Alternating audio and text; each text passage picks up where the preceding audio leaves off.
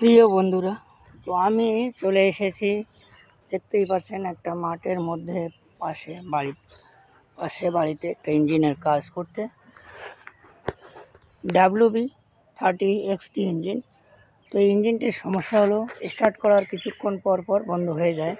তো আপনারা দেখতে পাচ্ছেন এখানে কোনো ফুয়েলের সুইচ নেই, কিন্তু ফুয়েল পড়তেছে না। আপনারা দেখতেই পাচ্ছেন যে কোনোভাবেই ফুয়েল পড়তেছে না। ট্যাঙ্কে কিন্তু যথেষ্ট ফুয়েল আছে, কিন্তু আসতেছে না। তার অর্থাৎ হলো এর যে ফিল্টার আছে ফিল্টার ভিতর থেকে জাম আছে। এরপর যদি আমরা সমস্যা মনে করি তো কার্বোরেটরের সমস্যা। তো কার্বোরেটর আমি খুলে দেখে নিলাম, কার্বোরেটর তেমন কোনো নোংরা নেই। তো আমরা যদি এই ফিল্টারকে ফুয়েল সাপ্লাইটাকে ঠিক করতে পারি তো অলরেডি আমাদের এটা ঠিক হয়ে যাবে। তো আমি চেষ্টা করব আপনাদেরকে 2 পার্ট করার জন্য। কেননা 2 পার্ট করার জন্য, কারণ আমার এখানে ভিডিওগ্রাফার বলে সাথে কেউ থাকে না। আমি নিজেই একজন কাজ করি, টেকনিক্যাল কাজ। আপনারা দেখতে পাচ্ছেন যে আমার এখানে ব্যাগে যন্ত্রপাতি নিয়ে আমি এসেছি। তো আমাকে নিজের হাতেই কাজ করতে হবে এবং নিজের হাতেই কষ্ট করে এই ভিডিওটি বানাতে হবে।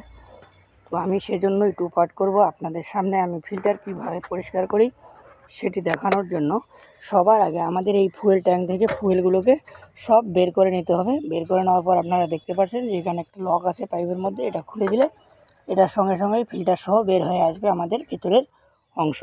তো এরপর আমরা ফিল্টারটাকে সুন্দর করে পরিষ্কার করব।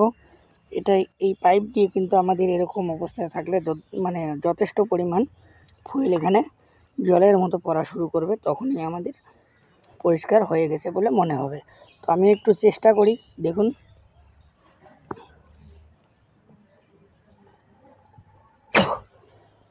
তো মুখ দিয়ে যে আমি ফু দিলাম সেটি পাস করার মতো শক্তিও নেই, এতটাই জাম হয়ে গেছে। তো অসংখ্য ধন্যবাদ। এভাবে হবে না, এটা খুলেই পরিষ্কার করতে হবে। আপনারা আমার বিভিন্ন রকমের নেক্সট ভিডিও দেখার জন্য অবশ্যই থাকবেন, কারণ ভিডিওটি আমার অনেক লং করার ইচ্ছা থাকলেও লং হলো না, শর্ট ভিডিও হয়ে গেল। তো সেজন্য আমি আপনাদেরকে অবগতির জন্য চেষ্টা করব। এখানে আমার চায়ে দিয়ে গিয়েছেন, তো আমি চায়েটাকে আগে ততক্ষণ পর্যন্ত একটু চুমুক দিয়ে নিই।